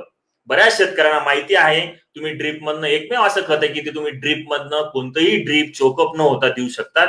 त्याचे ऍप्लिकेशन तुम्हाला टप्प्याटप्प्याने शेड्यूल नुसार करायचे. येते लक्षात? तर कॅल्शियम नायट्रेट 13-0-45 बोरॉन पहिलं ऍप्लिकेशन, त्याच्यानंतर 5-7 दिवसाच्या अंतराने तुम्हाला फर्टिगेशन ठेवायचे. 13-40-13 लोहा ड्रीपचं 50व्या दिवशी मी ड्रीप इरिगेशनला रिकमेंडेशन केलेलं आहे, जे की सेकंड डोस मध्ये आपण जिथं ड्रीपने तिथं करण्याचा प्रयत्न केलाय. म्हणजे दोन्ही बॅलन्स केलंय. तुम्ही शेतकरी ड्रीपवाले आहात का विना ड्रीपवाले आहेत, त्या शेड्यूल मध्ये तुम्ही प्रॉपर बघा आणि त्या पद्धतीने ऍप्लिकेशन करण्याचा प्रयत्न करा. नत्रस पुरत पालाश हे ड्रीप इरिगेशन मधनं मी 30% कव्हर करण्याचा प्रयत्न केला आणि 70% तुमचं मी दाणेदार खतांमधनं हे जे न्यूट्रिएंटचा बॅलन्स आहे तो देण्याचा प्रयत्न केलेला आहे. तर अशा पद्धतीने तुम्ही ड्रीप इरिगेशन मधनं चला, शेड्यूल मध्ये सर्व आहे. लागवडीनंतर 60व्या दिवशी तुम्हाला परत कन्सर्ट आणि ट्रायकोडर्माचे ऍप्लिकेशन करायचे. मित्रांनो लक्षात घ्या, आपल्याला हळद अद्रक मध्ये मेजर प्रॉब्लेम येतो तो फेरस कमतरता, झिंक कमतरता, कंदकूज, कंदमाशी याच्यावर आपल्याला, आणि नंतर करपा याच्यावर आपल्याला जास्त काम करायचंय. मग कंदकुजीसाठी मी तुम्हाला काम सांगितलं काय की सीड ट्रीटमेंट, त्याच्यानंतर 30व्या दिवशी ड्रेंचिंग, त्याच्यानंतर 60व्या दिवशी जैविक ड्रेंचिंग किंवा ड्रीप मध्ये ऍप्लिकेशन. त्याच्यामध्ये परत प्रोबियॉन आलं, कन्सर्ट आलं जे की बायोलॉजिकल फर्टिलायझर आहे, बायो फर्टिलायझर आहे, त्याच्यानंतर ट्रायकोडर्मा आलं. याचं ऍप्लिकेशन जर तुम्ही प्रतिबंधक म्हणून कंदकुज होऊ नये म्हणून जर करण्याचा प्रयत्न केला तर बऱ्यापैकी तुम्हाला कंदकुजीसाठी फायदा होईल, जे की अत्यंत गरजेचं आहे.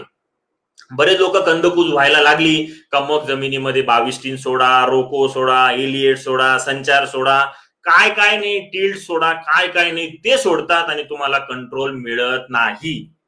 फक्त मनाची समाधानी असते, तेवढ्या पुरतं ते थांबतं आणि परत तुमचं वातावरण खराब झालं का ते वाढतं. कारण तुमचं हे पीक पावसामध्ये असतं, पाऊस कंटिन्यू असतो, जाड जमीन असते, पाणी धरून ठेवण्याची क्षमता त्या जमिनीची जास्त असते. म्हणून आपल्याला जैविक बीज प्रक्रिया किंवा जैविक बुरशीनाशकांचा वापर प्रतिबंधक म्हणून करणं गरजेचं आहे. 30 दिवस, 60 दिवस आणि 90 दिवस अशा 3 स्प्लिट डोस मध्ये जर तुम्ही कन्सर्ट, प्रोबियन, ट्रायकोडर्माचे ऍप्लिकेशन आगल्या दिवशी गोळ्याच्या पाण्यामध्ये भिजून आणि दुसऱ्या दिवशी जर ड्रीप मध्ये जर सोडलं महिन्याच्या अंतराने 3 वेळेस, तर बऱ्यापैकी कंदकुज तुम्हाला कंट्रोलमध्ये आलेली दिसेल प्रतिबंधक म्हणून. येते लक्षात? मग ती कंदकुज तुमची फंगल असेल किंवा बॅक्टेरियल असेल, दोन्हीवरती तुमचं काम होणार आहे इथं. कारण कन्सर्ट मध्ये 2 बॅक्टेरिया आहेत जे की सुडोमोनास बॅसिलस आणि ट्रायकोडर्मा तुमचं एक फंगिसाइड म्हणून काम करतं. तर दोन्ही तुमचं एक जैविक बुरशीनाशक म्हणून काम करतात. त्याचा वापर तुम्हाला 60व्या दिवशी करायचा आहे. मिंगलचं ड्रीप मधनं ऍप्लिकेशन येत आहे, परत मिंगल, त्याच्यानंतर मॅग्नेशियम सल्फेट. ऍग्रिप्लेक्स ओए हे एक ऑर्गॅनिक ऍसिड आहे जे की तुमच्या जमिनीमध्ये जे फॉस्फरस आणि मायक्रोन्यूट्रिएंट जे पडून राहिलेले आहेत त्याला उपलब्ध करण्याचं काम करणार आहे. तर त्याचं सुद्धा ऍप्लिकेशन तुम्हाला इथं मिंगल ह्या मायक्रोन्यूट्रिएंट बरोबर करायचं. हे ड्रीप मध्ये मी सर्व सिस्टीम तुम्हाला दिलेली. शेड्यूल प्रत्येकाने डाउनलोड करा, प्रत्येकाने त्याचा अभ्यास करा, प्रॉपर त्याचा वापर एक आरसा म्हणून करण्याचा प्रयत्न करा. आणि जर काही अडचण असेल तर तुम्हाला माझा नंबर मी शेअर केलेला आहे की नाही, मला थोडंसं डाऊट आहे, मी माझा नंबर थोडा शेअर करतो.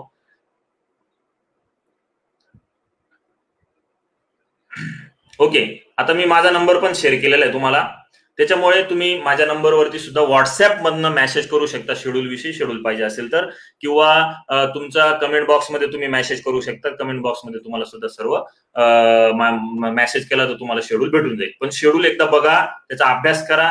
त्याचा नाही तुमच्याकडे 2 एकर क्षेत्र असेल तर 1 एकर वरती वापरण्याचा प्रयत्न करा. यावर्षी तुम्ही अनुभव घ्या. तुम्हाला माहिती आहे ऍग्रिसर्चचे प्रॉडक्ट किती क्वालिटीचे आहेत, त्याचे रिझल्ट कसे असतात, नावाने ते का चालतात, या सगळ्या गोष्टीवरती मी जास्त बोलत नाही. म्हणून ऍप्लिकेशन करून स्वतःचा विश्वास निर्माण करण्याचा प्रयत्न करा. ठीक आहे. नंतर स्प्लिट ऍप्लिकेशन मध्ये 52-34-0050 थायोग्रीनचं ऍप्लिकेशन दिलेलं आहे.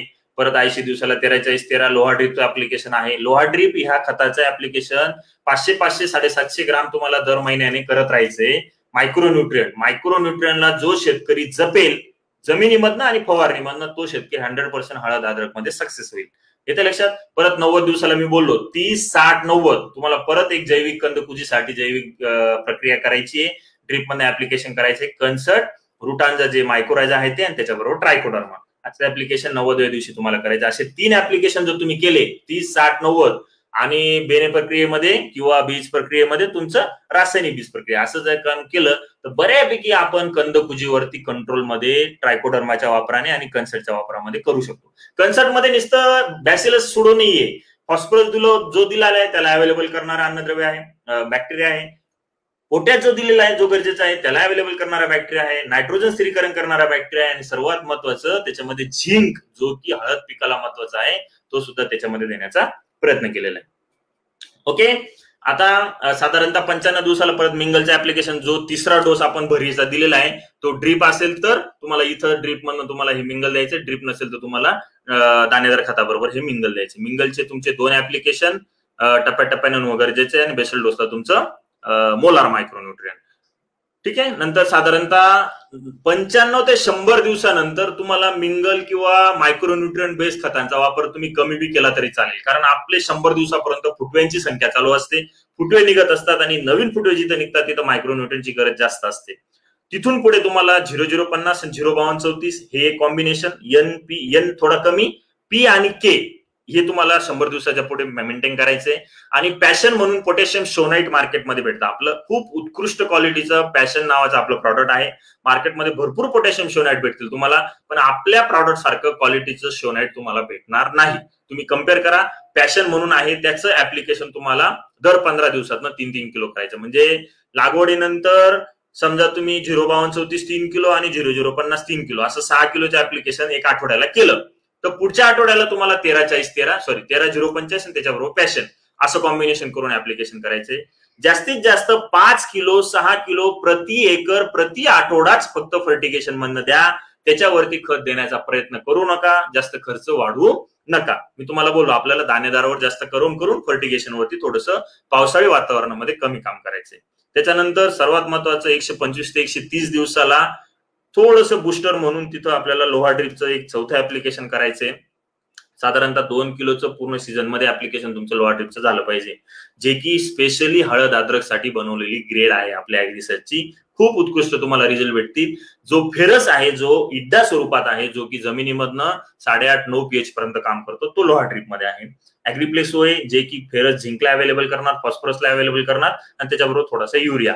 अशा पद्धतीने तुम्हाला 125 ते 130 दिवसाला लास्ट ऍप्लिकेशन करायचे.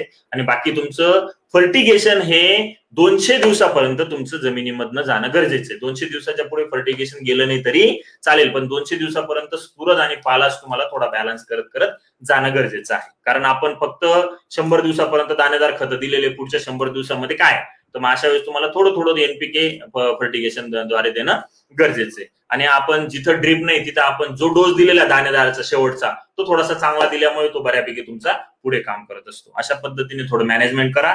ड्रीप आणि विदाऊट ड्रीप साठी बऱ्यापैकी सांगण्याचा प्रयत्न केलेला आहे. थोडं आता फवारणीमधनं बोलू फास्ट मध्ये. तुम्हाला बोललो मित्रांनो, अति पाऊस असल्यामुळे जमिनीमधनं आपण जे मायक्रोन्यूट्रियन देतोय, मुळी चांगली असेल, प्रॉपर वापसा कंडिशन असेल, कंदकुजीचा प्रॉब्लेम जर प्रॉपर जमिनीमध्ये नसेल तर तुमचं दिलेलं अन्नद्रव्य आपटेक होईल. पाऊस जास्त पडलाय, दलदल आहे, कंदकूज आहे, अशा वेळेस तुमच्या जमिनीमधनं दिलेलं अन्नद्रव्याचा आपटेक थोडासा प्रॉब्लेमॅटिक राहतो, मुळी खराब होते. अशा वेळेस तुम्हाला फवारणीमधनं दर महिन्याला एक मायक्रोन्यूट्रियन, महिन्याला थोडंसं जास्त होऊन जातं, मी तर म्हणतो 25 दिवसाला एक मायक्रोन्यूट्रियन जाणं गरजेचं आहे, साधारणतः तुमच्या 100 ते 120 दिवसापर्यंत. मग पहिले ऍप्लिकेशन फुटवे तुमचे निघाले प्रॉपर 35 दिवसाच्या आसपास, तिथं एक सीड फुटव्यांसाठी 19 आणि एक बुरशीनाशक कीटकनाशक आणि ऑर्सिल घ्यायचे. ऑर्सिल न चुकता तुम्हाला वापरायचे प्रत्येक फवारणीमधनं. जसं तुम्हाला सरांनी सांगितलं की ऑर्सिल हे तुमच्या पानावरती कोणत्याही औषधाला पसरवण्याचं काम करेल, कारण पावसाळा आहे. दुसरं सर्वात महत्वाचं, हळदीचं पान असं आहे की तिथं काय बी टाका ते सर्व खाली येतं, म्हणून त्याला त्या औषधाला चिकटून राहण्यासाठी दर फवारणीमध्ये तुम्हाला पंपाला 5 मिली म्हणजे 200 लिटरला 50 मिलीच्या आसपास ऑर्सिलचा वापर करायचा. ऑर्सिलचाच वापर करा, जे की उत्कृष्ट एक स्टिकर म्हणून काम करत असतं. नंतर दुसरं लागवडीनंतर 40 ते 45 दिवसाला तुम्हाला फुटव्यांची जी जोर आहे तो वाढवायचा असेल तर तिथं स्प्राउट म्हणून एक प्रॉडक्ट आहे, स्प्राउट 1261 आणि त्याच्याबरोबर तुमचं WMF कॉम्बी आणि ऑर्सिल. WMF कॉम्बी हे तुमचं मायक्रोन्यूट्रियंट आहे चिलेटेड स्वरूपामध्ये, EDTA चिलेटेड स्वरूपामध्ये. म्हणजे तुमचं साधारणतः 10-15 दिवसाच्या आसपास दुसरं मायक्रोन्यूट्रियंट गेलं. त्याच्यानंतर लागवडीनंतर 50 ते 55 दिवसाला सिमिग्रो, जे की सीवीड एक्स्ट्रॅक्ट बेस्ड प्रॉडक्ट आहे तो, त्याच्याबरोबर 13-40-13 आणि पहिलं बुरशीनाशक फवारणीमधनं ह्या स्टेजला प्रॉपर जाणं गरजेचं आहे. मग तिथं तुम्ही टिल्ट घेऊ शकता, तिथं तुम्ही ताकद सारखं कॉम्बिनेशन घेऊ शकता, त्याच्यामध्ये हेक्झाकोनाझोल प्लस कॅप्टन आहे, तिथं तुम्ही फिप्रोनिल फॉलिक्युअर सारखं कॉम्बिनेशन घेऊ शकतात. साधं बुरशीनाशक जे की उत्कृष्ट करप्यासाठी काम करेल प्रतिबंधक म्हणून, त्याला जोड द्यायची तुम्हाला संचारची. कारण संचार हे असं बुरशीनाशक आहे जे की झाडामध्ये ॲलॅक्झिनची निर्मिती करतं. फायटो हार्मोन्स जसे की आपल्या बॉडीमध्ये जे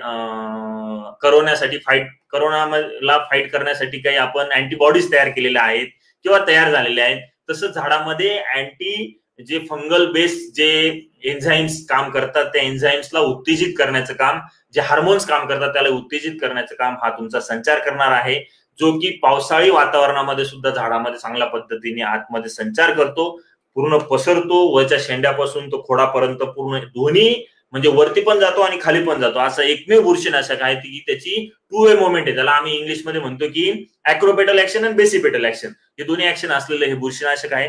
मित्रांनो, ह्या बुरशीनाशकाचा वापर दर महिन्याला एक स्प्रे जर तुम्ही कोणत्याही कॉन्टॅक्ट फंगिसाइड आणि किंवा कोणत्याही आंतरप्रवाही बुरशीनाशकाबरोबर ठेवला तर बऱ्यापैकी झाडामध्ये प्रतिकार शक्ती निर्माण होते आणि त्याच्यामुळे करप्याचा अटॅक हा झाडावरती कमी होतो. ठीक आहे. त्याच्यानंतर तिसरं ऍप्लिकेशन तुमचं परत एक्सीडचं जायला पाहिजे. एक्सीड हे अत्यंत महत्वाचं तुम्हाला हळद अद्रक पिकासाठी फवारणीद्वारे मायक्रोन्यूट्रंट आहे, जे की तुम्ही कोणत्याही बुरशीनाशकाबरोबर कोणत्याही कीटकनाशकाबरोबर देऊ शकता. एक्सीड 2 ग्राम प्रति एकर प्रति लिटर, त्याच्यामध्ये रिलीज फेरस जे की इड्डा फेरस आहे, ईडीटीए फेरस आहे, ते साधारणतः 1 ग्राम प्रति लिटर या प्रमाणामध्ये 0.34 बरोबर 100% कॉम्पिटेबल आहे. ऑर्सिल असं कॉम्बिनेशन तुम्ही 70 ते 75 दिवसाला द्या. कारण ह्या दिवसानंतर जर पिवळेपणा प्लॉटमध्ये असेल तर 100 दिवसाच्या पुढे करप्याचा अटॅक तुमच्या प्लॉटमध्ये येणार म्हणजे येणार. म्हणून प्रतिबंधक म्हणून हे फवारणीद्वारे वापर तुम्हाला कृपा करून हे जे मी तुम्हाला पहिले 3 स्प्रे 2 स्प्रे आणि नंतरचे 2 स्प्रे असे जे दिलेले 4-5 स्प्रे शेड्यूल प्रमाणे घेण्याचा प्रयत्न करा फवारणीमधनं. 100% तुमचा फवारणीमधनं मायक्रोन्यूट्रंटचा वापर, मॅग्नेशियमचा वापर, कॅल्मिनो झिंकापोरचा वापर जर राहिला तर झाडामध्ये जी ग्रीनरी आहे, फोटोसिंथेसिस ऍक्टिव्हिटी आहे, प्रकाश संश्लेषण क्रिया आपण त्याला म्हणतो, क्लोरोफिल डेव्हलपमेंट जी आहे ती सर्व व्यवस्थित होते आणि झाडाची हेल्थ चांगली असेल तर ऑटोमॅटिकली रोगाचा आणि किडीचा अटॅक कमी होतो आणि उत्पन्नामध्ये वाढ होत असते. त्याच्यानंतर 80 ते 85 दिवसाला थोडंसं स्प्रे मधनं कॅल्मिनो जाऊ द्या, कारण जमिनीमध्ये जो कॅल्शियम नायट्रेट दिलाय तो पावसाळ्यामध्ये आपटेकला प्रॉब्लेम येतो. कारण जर तुमचा जो फ्लो मुवमेंट आहे म्हणजे जर बाष्पीभवनाद्वारे अन्नद्रव्य पाणी जर तुमचं पानामधनं बाहेर पडलं तेव्हाच तुमचं जमिनीमधनं अन्नद्रव्य झाड उचलतं. मग पावसाळी वातावरणामध्ये ही क्रिया थोडीशी मंदावते, कमी होते, कारण सूर्यप्रकाश खूप कमी असतो. अशा वेळेस फवारणीमधनं जर तुम्ही कॅल्शियम सारख्या खतांचा वापर, झिंक, बोरॉन, कॅल्शियम युक्त जे खत येतं, कॅल्मिनो झिंकापोरचं जे कॉम्बिनेशन आहे ते मॅग्नेशियम सल्फेट बरोबर तुम्हाला फवारणीमधनं येईल. मित्रांनो, बरेच जण मॅग्नेशियम सल्फेटचा वापर फवारणीमधनं करत नाही. तुम्ही दर महिन्याला मॅग्नेशियम सल्फेट साधं 25 किलोच्या गोणीमधलं जे येतं त्याचा वापर साधारणतः 5 ग्राम प्रति लिटर प्रमाणामध्ये जर करत राहिले, कोणत्याही बुरशीनाशकाबरोबर, कोणत्याही कीटकनाशकाबरोबर, कोणत्याही रासायनिक खताबरोबर मॅग्नेशियम सल्फेट चालतं. म्हणून दर महिन्याला कशात तरी टाकून घ्या. एकदम स्वस्तात आणि मस्त जर झाडाला ग्रीन ठेवायचं असेल तर मॅग्नेशियमचा वापर, सल्फेटचा वापर आणि एक्सीडचा वापर तुम्ही प्रॉपर दर 20-25 दिवसाला जर ठेवला तर 100% तुम्हाला ग्रीनरीसाठी मदत होईल. आता थोडस मिनोरा म्हणून एक प्रॉडक्ट आहे जे की उत्कृष्ट सुंदर क्वालिटीचं मिनरल ऑइल विथ सिलिकॉन आहे, जे की तुमचा जो करपा आहे तो करपा येऊ नये म्हणून प्रतिबंधक म्हणून 90 दिवसाच्या पुढे दर महिन्याला जर तुम्ही त्याचा स्प्रे ठेवला तर ते काय करतं, समजा करप्याचा जो स्पोर आहे, जो बुरशीचा जो स्पोर आहे त्या स्पोरला एका ठिकाणाहून दुसऱ्या ठिकाणी जम्प करू देत नाही. कारण मिनरल ऑइल काय करतं, तुमच्या पानावरती एक लेअर तयार करतं, एक कोटिंग तयार करतं, जेणेकरून जो स्पोर आहे, जो बुरशीचा स्पोर आहे तो जम्प होऊ शकत नाही, तो एका ठिकाणाहून दुसऱ्या ठिकाणी जात नाही. कारण तुम्हाला पहिला जो करपा सांगितला सरांनी काय, हे होल आणि दुसरं होल काही कालांतराने एकत्र येतात आणि पूर्ण पान तुमचं करपलेलं दिसतं. मग हे होल आणि हे होल एकत्र का आलं, कारण इथला जो टिपका होता तो टिपका जम्प झाला, दुसऱ्या भागावर पडला, तिथं बुरशी डेव्हलप झाली. मग ही जम्पिंगची जी मेथड आहे ती मेथड तिथं 100% कंट्रोल होती या मिनोरामुळे. म्हणून मिनोराचं पहिलं ऍप्लिकेशन तुम्हाला 90व्या दिवशी करायचंय. प्लेन घ्यायचे 5 मिली प्रति लिटर ह्या प्रमाणामध्ये प्लेन मिनरल घ्यायचंय, जे की करप्यासाठी उत्कृष्ट प्रतिबंधक म्हणून काम करेल. ठीक आहे. याच्याविषयी काही अडचण असेल तर तुम्हाला मी अमोल फाळके म्हणून एक आमचे प्रतिनिधी आहेत ज्यांचा हळद आणि अद्रकवरती खूप मोठं अनुभव आहे, प्रॅक्टिकली ते स्वतः शेतकरी, त्यांचा पण नंबर मी तुम्हाला शेवटी शेअर करतो, त्यांना तुम्ही कॉन्टॅक्टद्वारे विचारू शकतात. ठीक आहे. नंतर त्याच्यानंतर म्हणजे 90 दिवसानंतर दर 15 दिवसाला तुम्हाला संचार, एक कीटकनाशक आणि एक बुरशीनाशक. आता कीटकनाशक बुरशीनाशक जेव्हा सिलेक्ट करणार ना तेव्हा खूप महागडे, मग मी इलिएटला गेलो, मग ॲमिस्टारला गेलो, मग पार नेटिओला गेलो, मग पार तुम्ही ॲक्रोबॅटला गेलो, एवढ्या महागड्या औषधांना तुम्ही जाऊ नका. आपल्याला खर्च कमी करायचाय, सिंपल औषधामध्ये खेळा. M45, कॅप्टन, Z78, कोसाईड, मग तुमच्याकडे आंतरप्रवाहीमध्ये आलं तुमच्याकडे 22 आलं, रोको सारखं तुमच्याकडे चांगलं औषध आहे ते आलं. त्याच्यानंतर तुम्ही रेडोमिल सारखं म्हणजे मेटॅलॅक्झिल सारखं एक तुमचं चांगलं बुरशीनाशक आहे ते आलं. अशा साध्या बुरशीनाशकांचा वापर टप्प्याटप्प्याने करत चाल. खूप महागडं 2-2.5 हजारचं बुरशीनाशक आणलं ते मारलं आणि अशा वातावरणामध्ये पाऊस जर असेल, आर्द्रता खूप असेल, ढगाळ वातावरण असेल तर आंतरप्रवाही बुरशीनाशकाला शक्यतो जाऊ नका. बुरशीनाशकाचा वापर हा पावसाळी वातावरणामध्ये स्पर्शजन्यकाचाच करा. संचार प्लस कॅप्टन, दुसरा स्प्रे संचार प्लस कोसाईड, तिसरा स्प्रे तुम्हाला वाटलं तर रेडोमिल प्लस संचार, अशा कॉम्बिनेशन मध्ये तुम्ही दर 15-20 दिवसाला किंवा एक स्प्रे ऍड करून संचारचा वापर ठेवा. तुम्हाला 100% करप्यासाठी मदत होईल. असं कंदकूज जैविक बुरशीनाशकाद्वारे, फवारणीद्वारे तुमचा करपा, अन्नद्रव्याचा बॅलन्स, मायक्रोन्यूट्रियनचा फवारणीमधनं आणि जमिनीतनं वापर आणि दाणेदार खतांचा NPKचा वापर, असं थोडंसं तुम्हाला सखोल मार्गदर्शन मी इथं करण्याचा प्रयत्न केला. मित्रांनो, वेळ खूप झालेला आहे, विषय खूप मोठा आहे, 2 वक्ते होते, मांडण्याची मेथड थोडीशी शॉर्टकट करण्याचा प्रयत्न करून सुद्धा वेळ थोडा जास्त लागलेला आहे. आपण हे जे शेड्यूल जे आहे किंवा विस्पुते सरांनी जे घेतलेलं आहे आणि मी जे घेतलेलं आहे याला आपण 2 स्प्लिट याच्यामध्ये डिवाइड करून आणि तुम्हाला 2 युट्यूब व्हिडिओ आपण तयार करून देऊ, जेणेकरून आपला एवढा वेळ त्याच्यामध्ये जाणार नाही. आता काही जर प्रश्न असतील जे महत्वाचे ते आपण बघू, जेणेकरून विस्पुते सरांचे असतील तर ते पण तुम्हाला मदत करतील आणि माझ्या संदर्भात असतील तर ते पण तुम्हाला मदत करतील.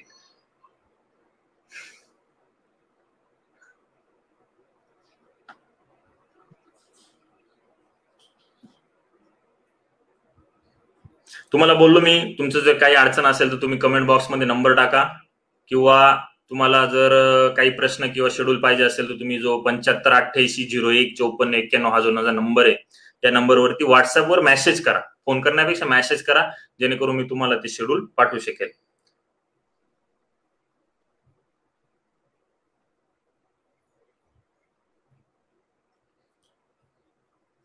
बऱ्याच जणांनी खूप छान पद्धतीने मार्गदर्शन केलं, प्रॉडक्ट विषयी स्तुती केलेली आहे, त्याबद्दल सर्व शेतकऱ्यांचे खूप खूप आभार. ज्यांना शेड्यूल पाहिजे असेल कृपा करून माझ्या नंबरला व्हॉट्सअप करा, तुम्हाला शेड्यूल मी उद्या पाठवून देईल, काही अडचण नाही.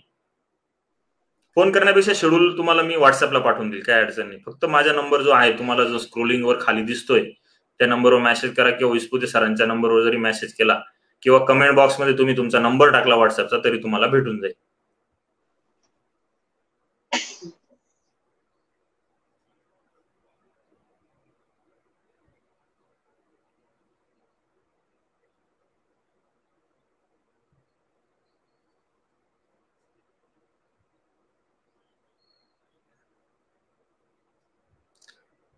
एक प्रश्न असा आहे, भानुदास कदम यांचा, हळद लागवडीच्या अगोदर तणनाशकाचा वापर करता येईल का? विस्पुते सर.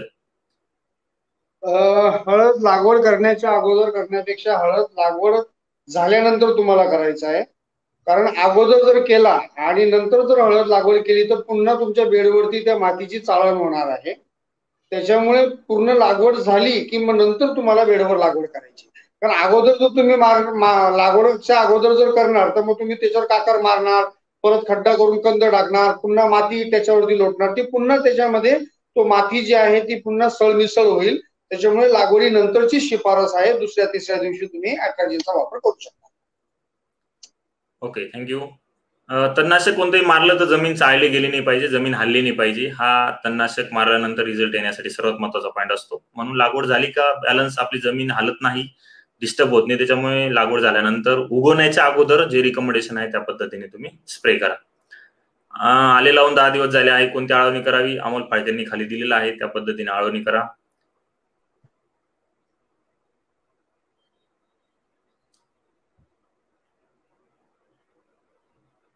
बऱ्याच जणांनी नंबर टाकलाय. अजून सुद्धा कोणाला जर कमेंट मध्ये नंबर टाकायचा असेल तर टाकून द्या. त्याच्यावरती तुम्हाला उद्यापर्यंत सर्व शेड्यूल येऊन जाईल, मार्गदर्शन भेटून जाईल.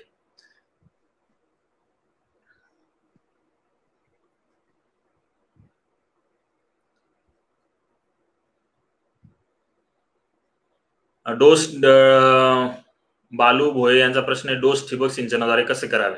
ड्रीप इरिगेशन सिस्टीमचं शेड्यूल पूर्णतः शेड्यूलमध्ये मी दिलेला आहे टप्प्याटप्प्याने, आणि माझ्या चर्चेमध्ये सुद्धा मी हा प्रश्न कव्हर केलेला आहे. त्याच्यामुळे तुम्ही शेड्यूल प्रमाणे जमिनीच्या प्रकारानुसार ऍप्लिकेशन करा. डोसेचं जास्त फर्टिगेशनवर जोर देऊ नका. जेवढं दाणेदार खतावर तुम्हाला पावसाळ्यामध्ये ऍप्लिकेशन 3 टप्प्यामध्ये देता येईल तेवढं तुम्हाला फायदा होईल.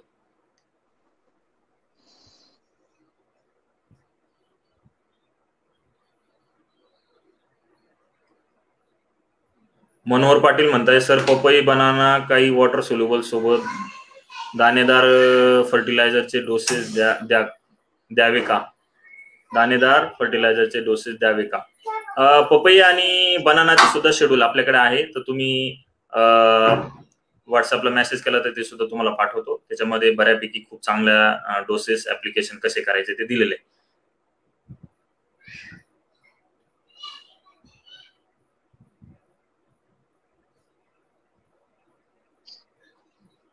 तुम्हाला एक लिंक सुद्धा शेअर केलेली आहे कमेंट बॉक्समध्ये. त्या लिंकवर जरी तुम्ही क्लिक केलं आणि तुमच्या मोबाईलमध्ये तुमचं शेड्यूल ओपन होईल. ओपन केलं का त्याला फक्त डाउनलोड करा, सेव्ह करून घ्या आणि त्याचा वापर करण्याचा प्रयत्न करा.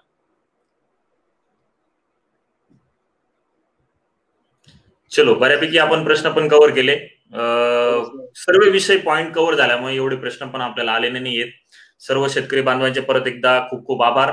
ऍग्रिसर्च उद्योग समूहाकडनं सर्वांचे आभार. सर विस्पुते सरांचे पण खूप आभार. जवळजवळ 2 तास झाले. आपण याला काय करू, 2 स्प्लिट मध्ये डिवाइड करू आणि युट्यूबवर आपण हे व्हिडिओ टाकू सर, म्हणजे शेतकऱ्याला एवढं 2 तास बसून आणि बघणं शक्य होत नाही. त्याच्यामुळे आपण त्याला स्प्लिट मध्ये देऊ. परत एकदा सर्वांचे आभार. मी आता आपला हळद अद्रक पीक व्यवस्थापन शास्त्रोक्त सल्ला म्हणून जो आपण लाईव्ह घेतला तो आपण इथं संपला असं जाहीर करतो. धन्यवाद. Thank you sir. थँक्यू डॉक्टर साहेब.